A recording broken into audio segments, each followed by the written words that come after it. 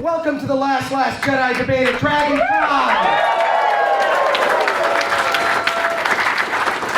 I hope you like that opening crawl, and I hope the opening crawl sets a tone for this civil debate. Now I'd like to introduce our pro Last Jedi team, led by Bryan Young. Come to the stage, Bryan.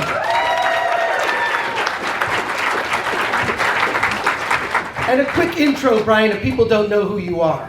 My name is Bryan Young. I write about Star Wars for StarWars.com/film and sci-fi, and I do a Star Wars podcast called Full of Sith.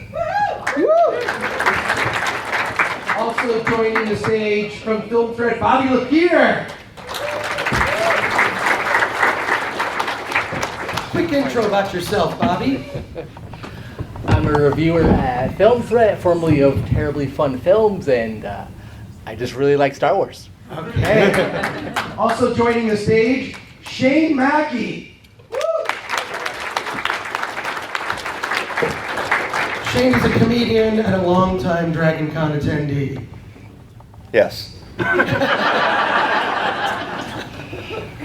Also coming to the stage, John Hudgens. Come on up, John. Wow.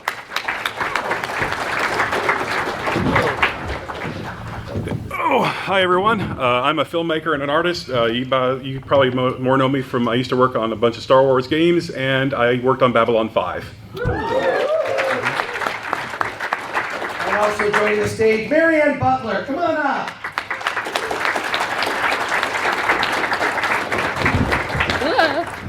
Come on up, Marianne. Introduce I'm right yourself. here. I'm just short, Chris. I'm just short. I saw you. Editor-in-chief, Aggressive Comics, currently TV editor and writer person for Bleeding Cool. Now, I've prepared some questions, and we have a pro TLJ team. This is pro TLJ. We have anti TLJ, right? And we've got, one more on our captain of our anti TLJ team, Patty Hawkins. Sorry, Patty. Oh, sorry. Do we need to swap? Patty, tell people about yourself. Here. I'm Patty Hawkins, as seen on the internet. Now, I have questions for each of our teams. And as the captain, Bryan, you're captain of Pro TLJ. Patty, you're captain of Anti TLJ. What I want to do is ask a question to the group. And as captain, you can answer the question. You can respond to the question. And then you can also rebut, right? So we'll have a minute for rebut. This is going to be like a civil debate. We generally have debate rules, but each side will have a chance to answer the question and then rebut. Okay? Real simple. I've got 9 questions representing the 9 films in the Star Wars saga. 9 very pointed questions to ask. But as captain of the team, you can choose to answer, or you can have one of the members of your team answer on your behalf. Same with you, Patty. You answer or pass it off to a team member. It would be great if everybody gets an opportunity to speak, but I'll leave that decision to our team captains. Let's start with our first question. What makes The Last Jedi so divisive? Let's start with Pro TLJ. Why is The Last Jedi so divisive? I think one of the reasons we think it's divisive, where it's not necessarily as divisive as we may think, is the echo chamber of the internet, where you'll go to conventions like this, and the mood about The Last Jedi ranges from either ambivalent to, it's a masterpiece. There's not that vitriolic hatred you see online for it. So I think it's far less divisive on the fandom than those online hiding behind anonymity will want you to believe. So I think fandom is fine. It's not divided, actually. Keyboard courage, a little bit. Patty, where do you stand? Why is Last Jedi so divisive? When I go to McDonald's and I say, "I'd like a Big Mac, please," and they say, "Sure, coming up." That's how it's supposed to work. When the voice says, "Nope, we have spaghetti," then we have a problem.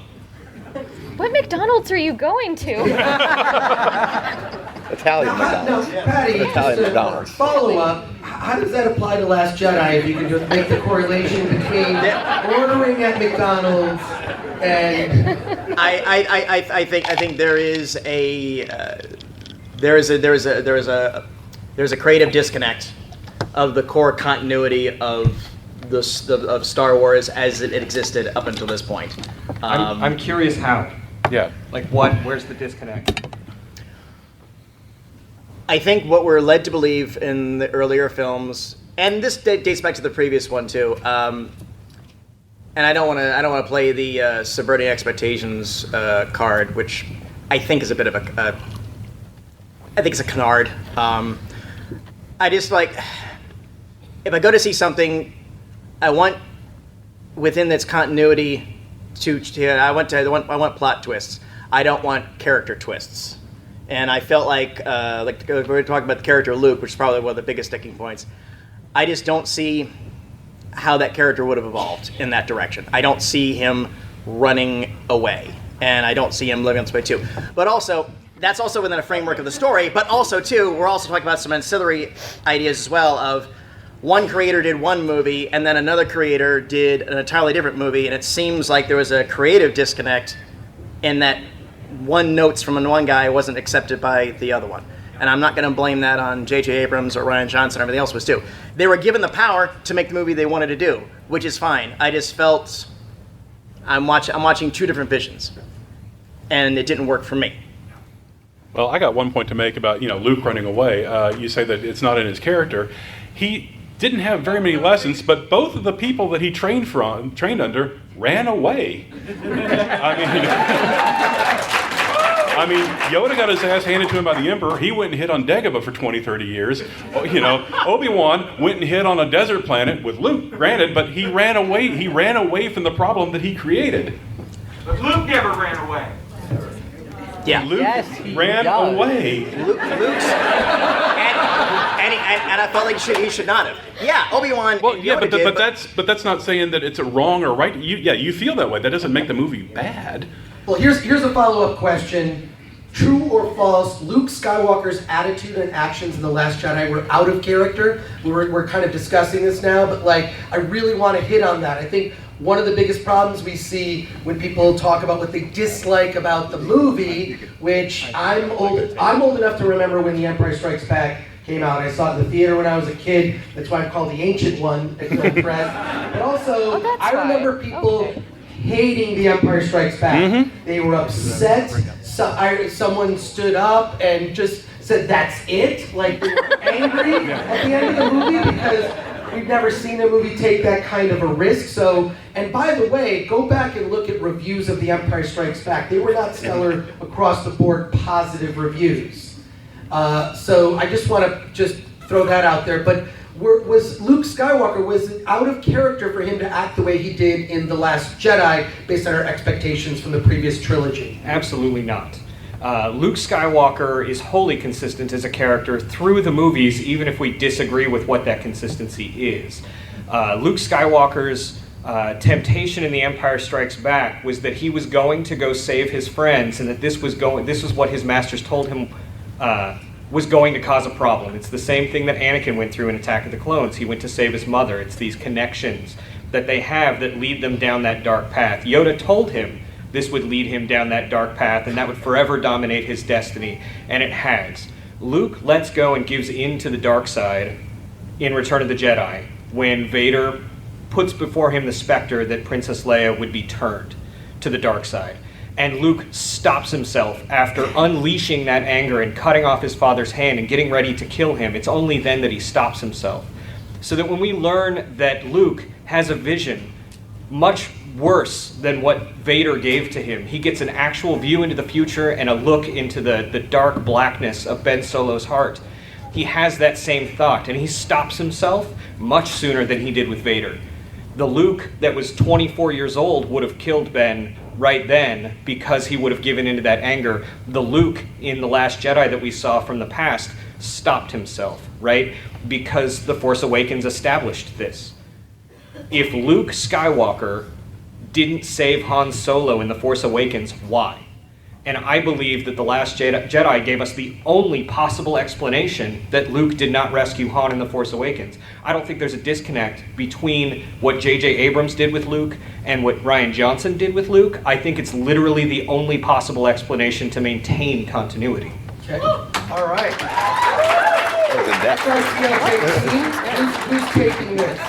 Patty? That was in depth. You want to rebut that? I don't know. Okay, that- Who would like to rebut Brian's incredibly well-made statement? That was very elegant. That was very nice. Yes, because you are this time, right? Okay, good. Yes. So Marianne, you've taken over the mic. What is your response? Luke Skywalker, is this out of character for Luke?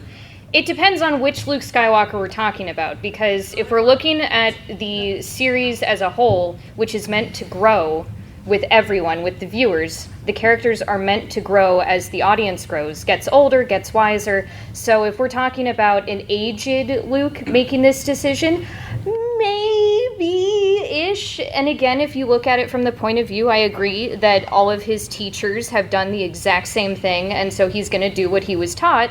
But on the other hand, what has he done this whole time? He has done exactly the opposite of what he's been taught.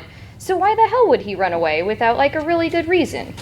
Well, his reason is that Star Wars, as a series of artistic movies, not necessarily something you'd go to McDonald's to get, is...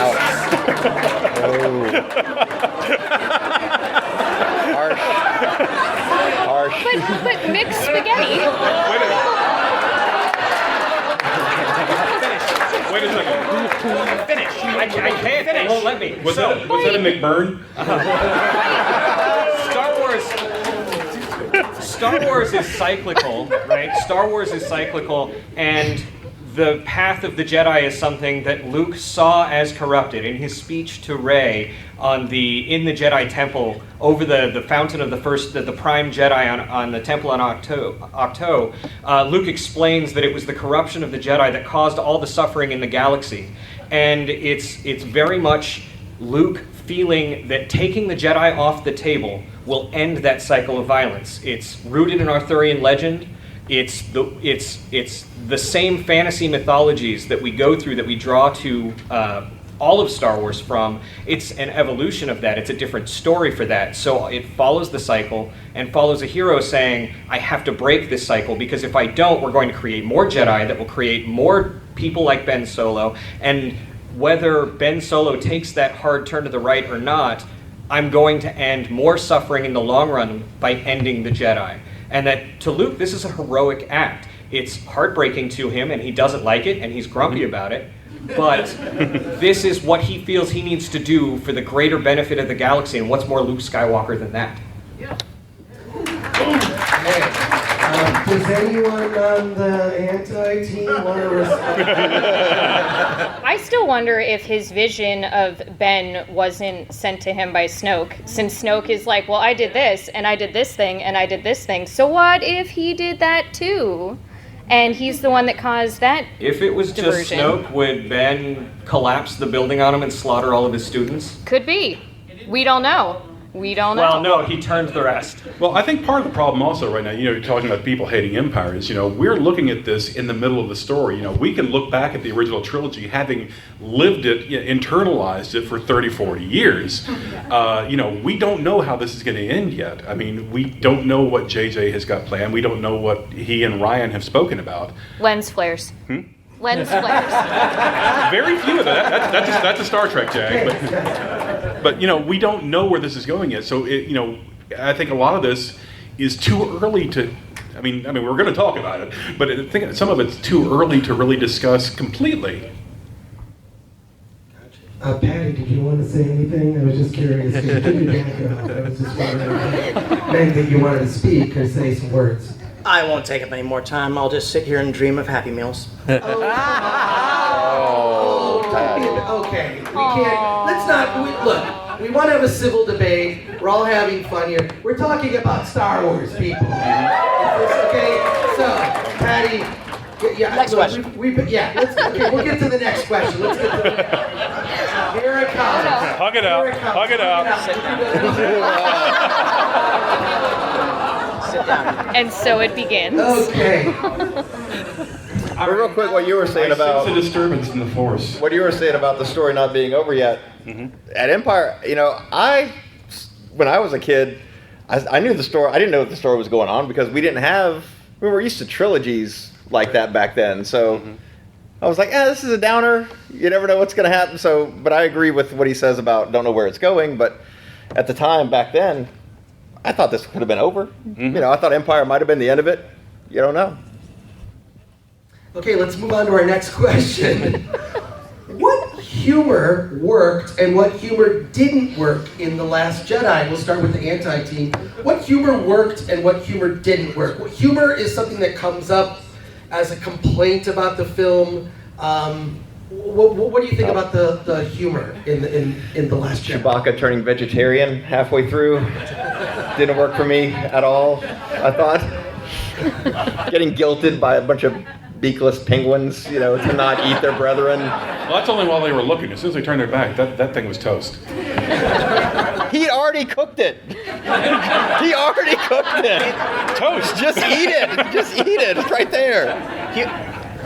Humor is undeniable. If it's funny, people are gonna laugh. And there were moments that I thought were funny.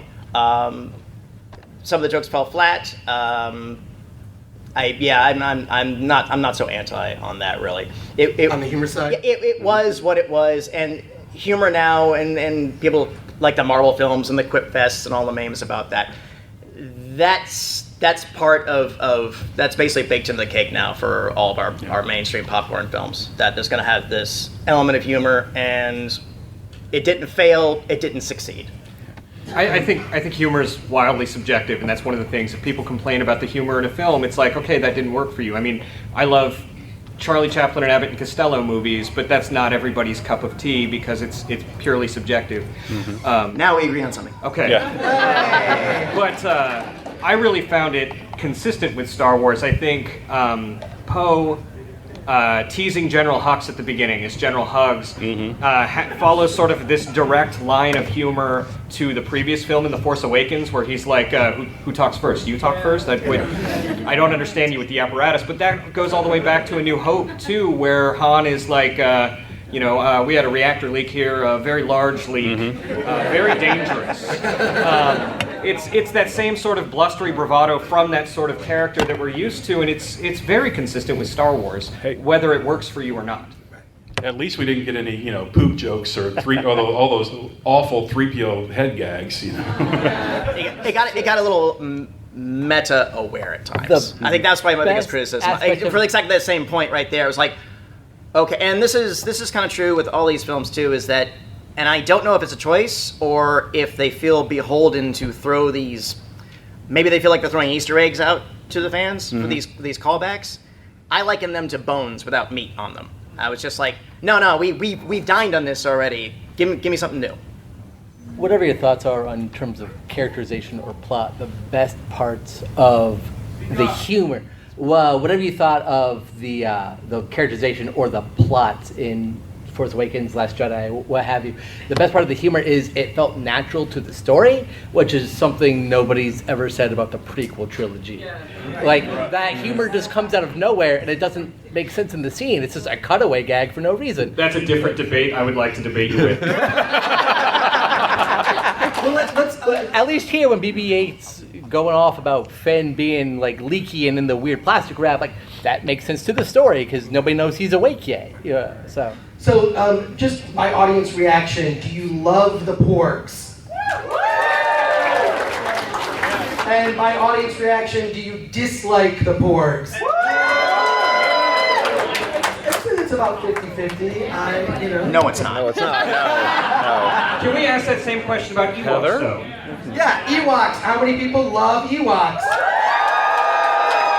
How many people dislike Ewoks? Oh. I think that's just the nature of Star Wars. Yeah. Okay, so next question, next line of questioning. Are these new characters, Rey, Finn, Rose, Poe, strong enough to someday become as beloved as the original trilogies, Han, Luke, Leia, Vader? Like Layer. Where's your mind at, Chris? That was episode But are 3.5. they as strong? Like, will they be as beloved? I think you should ask the people in the audience, the kids here at DragonCon dressed up as Rey, or the people here in the audience dressed up as Rose Tico, or the characters, the people that have already responded to those characters in those ways. My daughter did not care about Star Wars outside of Ahsoka and Jar Jar before this sequel trilogy, and Rey and Jin are who she latched onto, right? And those are the characters that brought her into Star Wars in a way she'd never been there before. So I think whether they work for us in that timeless way as Han and Leia and Luke and Anakin and Padme worked for previous generations, this new batch of characters is working that way for the next generation. Gotcha. Yeah. Response on this side. I would actually agree that these new characters are doing what they need to do, which is bring in all of these new fans, because representation matters, however you feel about that. It's true. It is very, very true. And it's important to have these new fans see themselves in this universe, because that's so important. And whatever we think about the classic films only having, one or two women, but they were in really high positions of power, right? So that's pretty good representation, and I can't argue that they're not important, because I've seen so many people flock to Star Wars because of these new characters. And however I feel about them, I think that speaks for itself. There's no such thing as bad diversity. That's not what this is about. The new characters are fine. Even their execution the way they are is fine. The big problem is the shortcut, and it's happening in other franchises, a lot of stuff right now, which is to try to make them awesome. There's a shortcut of diminishing the predecessing characters before them. The plot is set this way too. It's like, okay, let's start an arc with Kylo by him killing his dad, and I just feel like you don't need to do that. I'm okay with heroes riding off into the sunset or disappearing episodes too.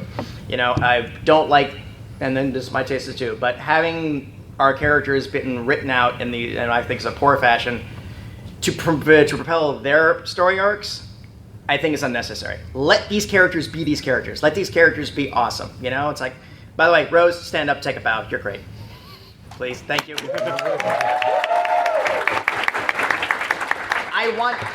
We want to see these characters. We really, really, really do. But you don't have to do it by shoving the previous ones out of an airplane. I think Han Solo had to die the way he did. Absolutely. I think it sets up... Contractually, probably. Yeah. No doubt. I mean, he wanted to die in Jedi. I mean, I guarantee you that's the only there was reason no they got him waterfall. back. He couldn't jump off a waterfall. Here's how it works, though. The reason it works is because in the opening chapter of a Skywalker trilogy, you have the young whiz kid on a desert planet in poor circumstances who is found by a mentor figure who's slain by a red lightsaber. That's just the cycle of Star Wars. It should have been Luke. Stop me if you've heard this before. It should have been Luke in The Force Awakens, but it wasn't, because Luke abdicated that role. And Han Solo had to take the most heroic action of his life to step into that role, not just willfully, but embrace it wholeheartedly, because he was doing this as an act not only to fulfill that mentor role for Rey, but to try to save his son. So I think that it works on a higher level. It doesn't diminish those characters of the past, it elevates them. Think about the first time you heard Han Solo turn to Rey on the Falcon. In the same spot, Obi-Wan Kenobi was telling Luke about the Force, to say it's true, all of it.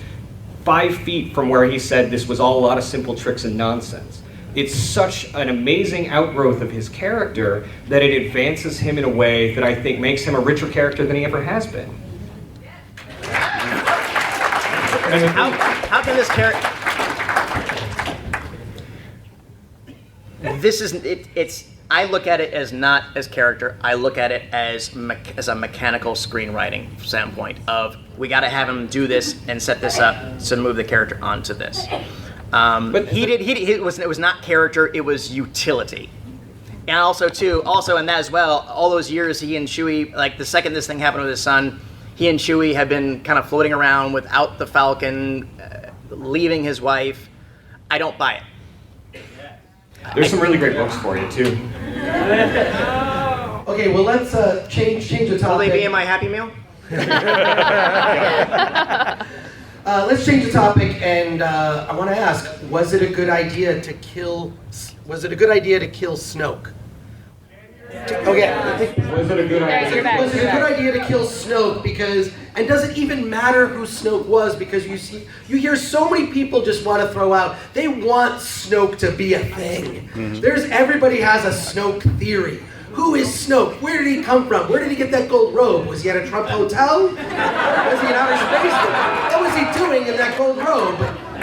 With those slippers. Well, I'm just saying that everybody wants to give. Are we giving Snoke too much credit? Snoke's like, I connected you. I connected Kylo and Rey. Like, he wants to be responsible for everything, you know? Like, and I'm sure he has the best people working for him, too. The best people. The Not the skincare people, though. But was it a good idea to kill him off? And does Snoke even matter to the story? All things Snoke, please. Well, one thing I want to point out with Snoke, 2 films into the original trilogy, you could have said the same thing. They didn't kill off the Emperor, but who is the Emperor? We don't know his backstory. We have a couple of lines in the original novelization, but we don't know if that's Alan Dean Foster or George Lucas. But we really knew nothing about the Emperor other than that he was a giant floating head who was mad at Vader. And now you've got a giant floating head who's, well, now he's not, but who is mad at Kylo Ren. Now he's a head and a body. He's a body and a leg, but There are movies called the prequels which explain who Palpatine is. Not in 1977 and 1980 there weren't.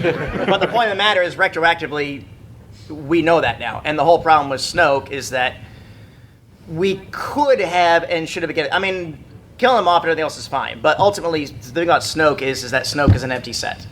He was there because I feel like that they wanted to unorganically try to recapture the feel of the original series. So here's a big floating, mysterious, bad, evil guy, and Rian Johnson decided we had no need of him, so he moved on. I wasn't bothered by the decapitation of his character as this, because I think like he probably served his purpose. But my thing was again, did we need him at all? If they got rid of him that easily, did we need him at all? We always need Andy Serkis. Yeah. We always need Andy Serkis. I agree on that. Was the dumbest part of The Force Awakens.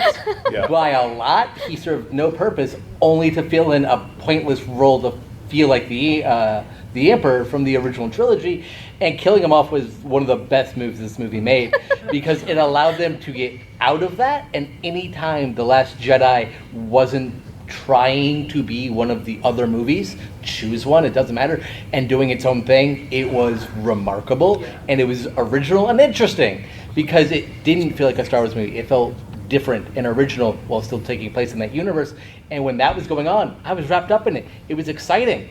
You got to admit, that was one of the first times that they had done something in a long time that truly surprised you, and you did not know where they were going to go next. Yes. I think one of the best things, it might feel mechanical or utilitarian in a script writing sense, but I really loved how Snoke fit the theme of The Last Jedi wholly, where that we see visions of things and we interpret them based on our biases.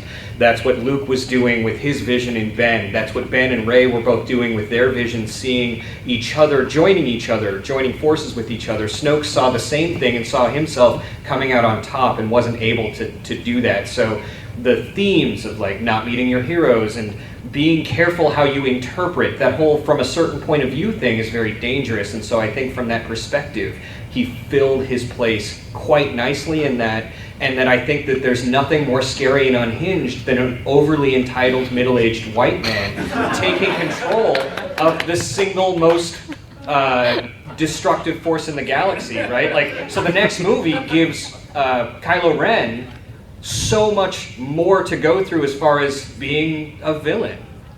He's completely unhinged and unrestrained now, which is terrifying. Is he still the villain though? Well, I think that's what we're going to debate until next movie.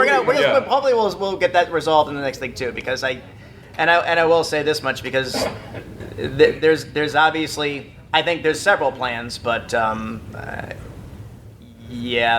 chapter on those two characters is not yet done. And if there's one thing I will say, give credit to the subverting expectations things. At least it's kept us on our toes with Rey, and it's kept on our toes with the principles. Okay, and on the theme of killing things off, was it a good idea for The Last Jedi to essentially kill off the concept of a chosen one, which is right out of Joseph Campbell and myth, this whole concept of a chosen one, and it's been overused in a lot of other film franchises. It's kind of been wiped away. How? Well, it's kind of been wiped away with Rey coming from nothing, right? So did Anakin. I mean, he came from Right. the midichlorians. Yeah. But Luke also came from nothing. Every other Jedi that existed aside from Anakin came from that same sort of level of obscurity that Rey did. I don't think it's any different than anything in this Well, Star I So Wars. you're questioning the question. Yeah. Okay. Well, That's a bad question. That's legit. Well, you know, we No, don't. no, no, and the whole idea of a chosen one is pretty subjective. I mean, Luke wasn't necessarily the chosen one. He was just the last one left standing. If you want to apply the whole thing about balance of the Force, that still falls on Anakin. Anakin kills all the Jedi, and then he kills the Emperor, and then he kills himself. And then Luke basically just folded up the chairs and turned out the lights and called it a night. So I'm okay with the idea that there is no single chosen one. And honestly, the whole idea of the minute somebody in any movie mentions, could this be the prophecy? I kind of half check out. That's one of the things I loved so much about Phantom Menace and the prequels in general was the idea that, like, we're going to put our faith in this prophecy, we have no idea what it means, and it's going to bite us in the ass. Like, that's, like, Luke's speech in The Last Jedi, essentially recapping the journey of the Jedi in the prequels, is exactly what George Lucas was going for, to try to teach us, like, maybe we should distrust these institutions doing everything the way they had, but also we should distrust the decay from within of those institutions. And that's what Luke was fighting in The Last Jedi. And when you look at mythologically, balance in the Force and the Chosen One, you know, balance doesn't necessarily mean two Jedi, two Sith. It means, in more of a Buddhist sense, right? An absence of that malice when you do things, that lack of selfishness. And Snoke brought that back with Ben. And I love that line that Snoke has about Rey being a chosen one, essentially. Like, I told my apprentice that your equal in the Force would rise. I thought it was going to be Luke Skywalker, but it turned out to be Rey. So I think she is a chosen one in some degree, too. Well, it's also that Harry Potter conundrum where even though everyone thinks it's one character is the chosen one, it could very easily be another one, and it just has to do with who's there at the same time. Because, like, in Harry Potter, you have Neville, who fits all of the things that everyone puts on Harry, and at the very end, what comes to him? The sword chooses him and comes to him. So theoretically, he would actually be the one that would fit the prophecy. And that's one of the best moments in Force Awakens, right? When Kylo Ren is trying to pick up his family legacy and saying, like, no, I'm the chosen one, and he reaches out for that Anakin saber, and it goes right to Rey. Round of applause, please. She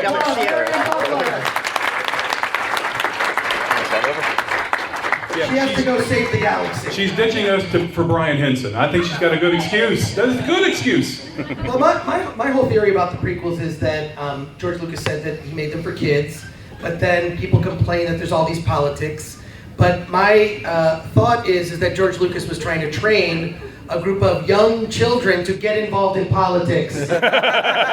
Because I think maybe we could use that right now, right? Yes. We could use a little bit of kids who watch the prequels and taking those ideals and values into the political realm. And with the whole dismissing of the idea of a chosen one and everything else, I think there was a meta-contextual message they were sending, and maybe they thought like they were going to knock down walls of perception that, oh, the chosen one must always be a certain type, and now it's like anybody can be a chosen one. Right. There's no. And I have no problem with that. Yeah, there's no royal bloodline anymore. You know, the whole thing about you only get the Force through your midichlorians. You know, through your relationship to Anakin, Vader, or Luke, or whatever. It can be anybody now. It can be that kid on. It could be anybody before.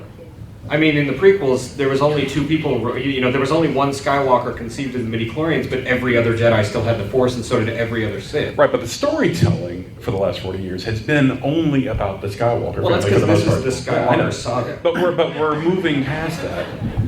And also, too, the idea of a chosen one, you have to look at it too. Is it because they're chosen because they have some certain facet, or are they chosen because they're going to be at the right time, at the right place? Yeah. And a lot of times with these prophecy stories and chosen one stories, it should be about them rising up to the challenge of being the chosen one, and it does tend to fall into, no, they happen to be standing in the right room with the villain with the magic weapon, and blah, blah, blah, here, Joseph Campbell, boom. Let's get into another question here.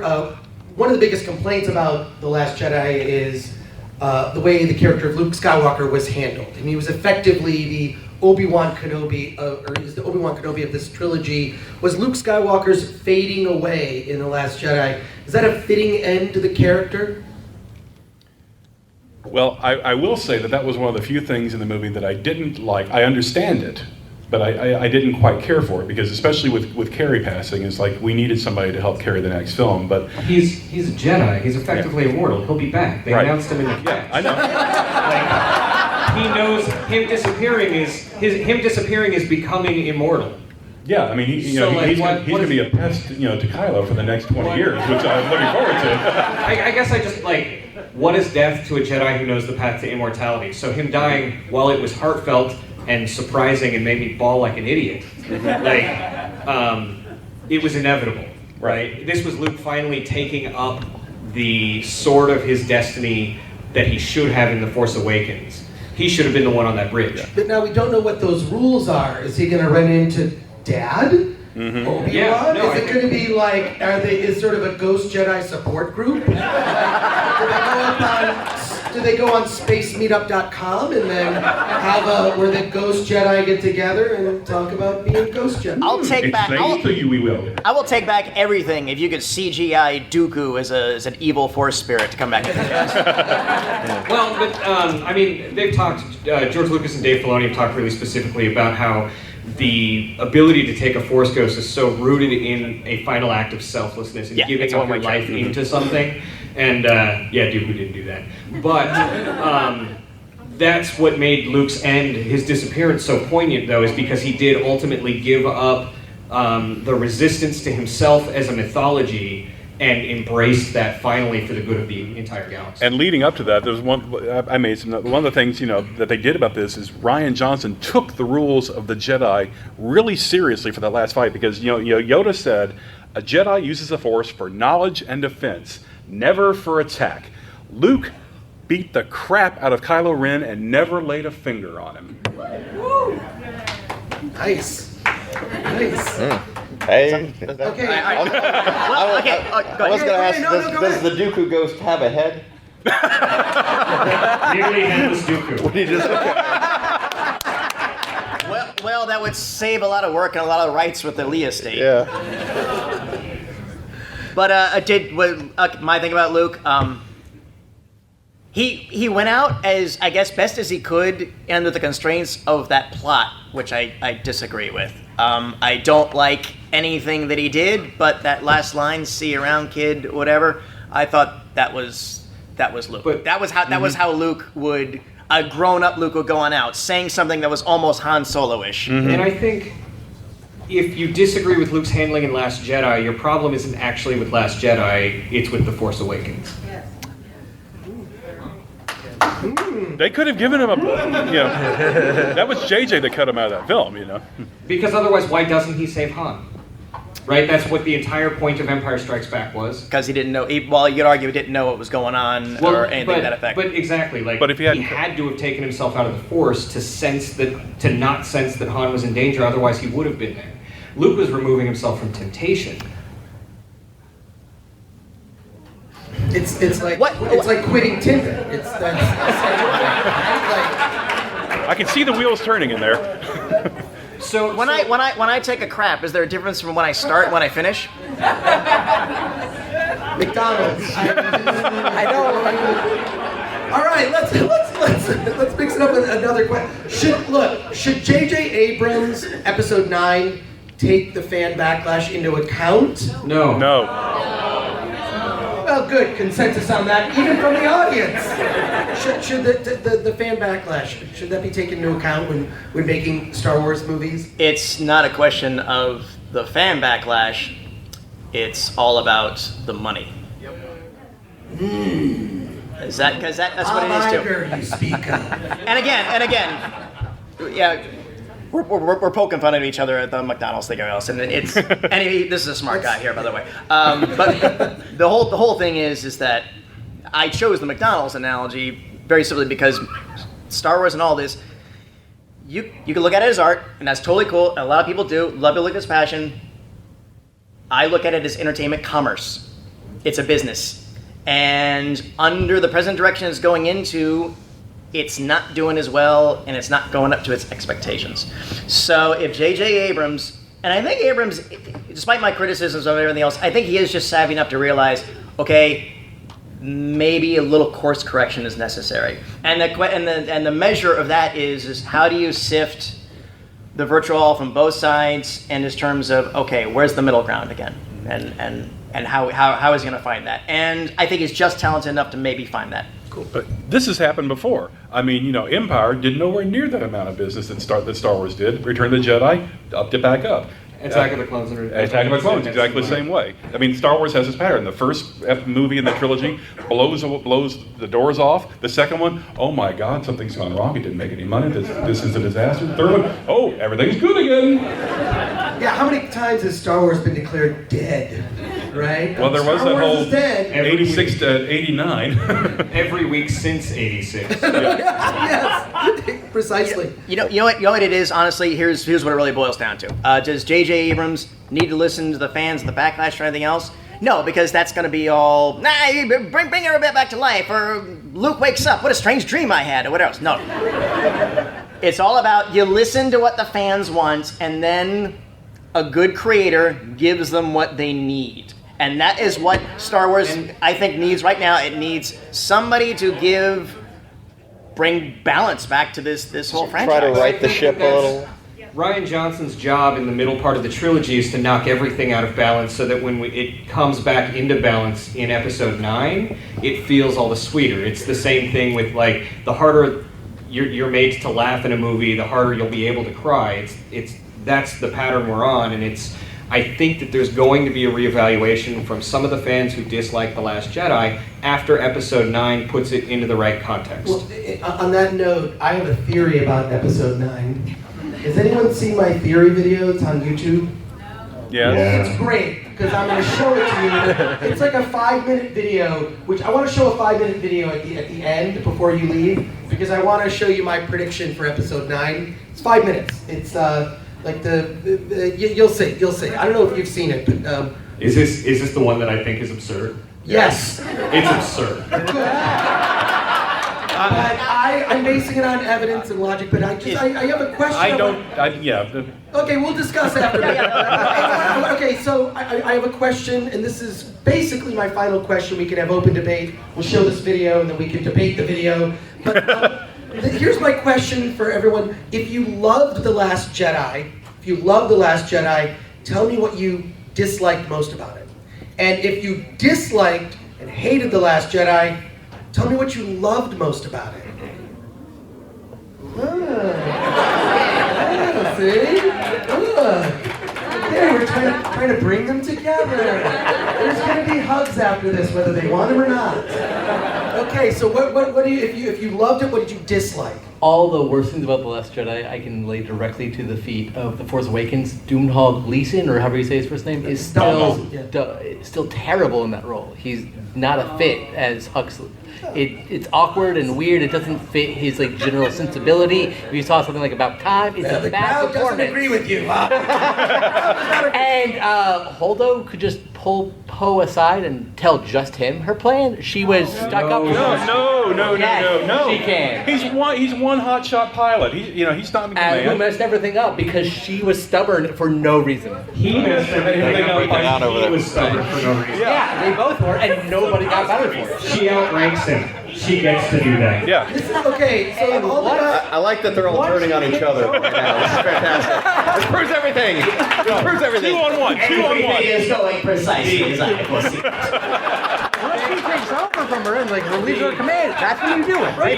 No, she didn't have any reason to tell him. The thing I disliked not a well-done most- character. Yes, she is. The thing I disliked most about The Last Jedi is that there's no time break between Episode 7 and Episode 8, and I would have preferred more storytelling to be able to be told between the two installments to set the stage differently, because now we're going to have to jump time at least something into Episode 9, and we don't have context or groundwork to know exactly what that is. Yeah, I would like to see Finn with an eye patch.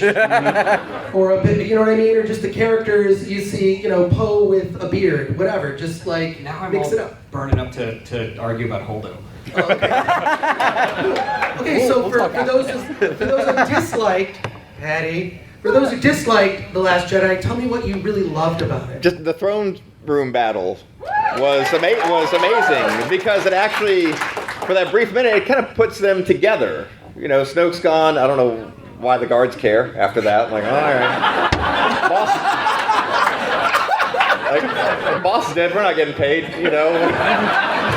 But that battle is absolutely amazing, and the curtains are burning off in the background, really opening up to everything. That's the best scene in the movie for me.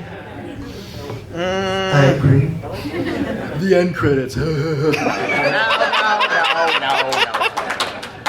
Well, I did say I liked Luke's exit line. I thought, again, I didn't agree with everything that led him there, but that was a good line for him to go out on. I really like how they're trying to branch out the universe. I really do, but I feel like they're also trying to well, I get that. They're trying to kick down doors that are slightly open and ajar. But I did like the fight scene. I like seeing Leia get a little more of her due as someone who theoretically has been just as jacked of force powers as Luke. Yeah, Leia was Mary Poppins AF. Yeah. Again, there was the last time I rolled my eyes on, but at least we finally got to see some of it. Well, I like to see her have Jedi powers. I look at that as like people who like get this massive rush of adrenaline and can lift a car off a loved one, something like that. That was her fight or flight response. I would argue that Leia has exhibited force powers in every movie she's appeared in. Every single one. Definitely an Empire. From surviving Vader's torture and his mind probe in A New Hope, to sensing Luke on Cloud City, knowing exactly where he is, to sensing Luke being alive in Return of the Jedi, to her sensing Han's death in Force Awakens. That moment was a natural extension of her power as it's been built up over the previous movies. You can have that theory if I can have my theory that Anakin brainwashed Padme into loving him because he loved her so much and so jacked with force power around. Because at the beginning of Episode 2, Annie, same old kid. But in fact, I wish you would love me. I wish you would love me. I wish you would love me. It was a stalker. It was like a stalker story that just they clicked. It worked. You never see that guy staring at you through the window and like, well, he seems like a nice fellow. Does she have an anti-sand fetish or something? I want to thank all of you just for your participation, your passion, your enthusiasm. And I also want to thank everyone here at DragonCon, the whole staff, everyone here. Give them a big round of applause. Volunteers, everyone at DragonCon. Thank you so much. Please go on my website is filmthread.com. My podcast is FilmThread. Thank you for your attendance and your passion. And may the Force be with you. And one last thing I just want to show. I'm giving this t-shirt to Bryan.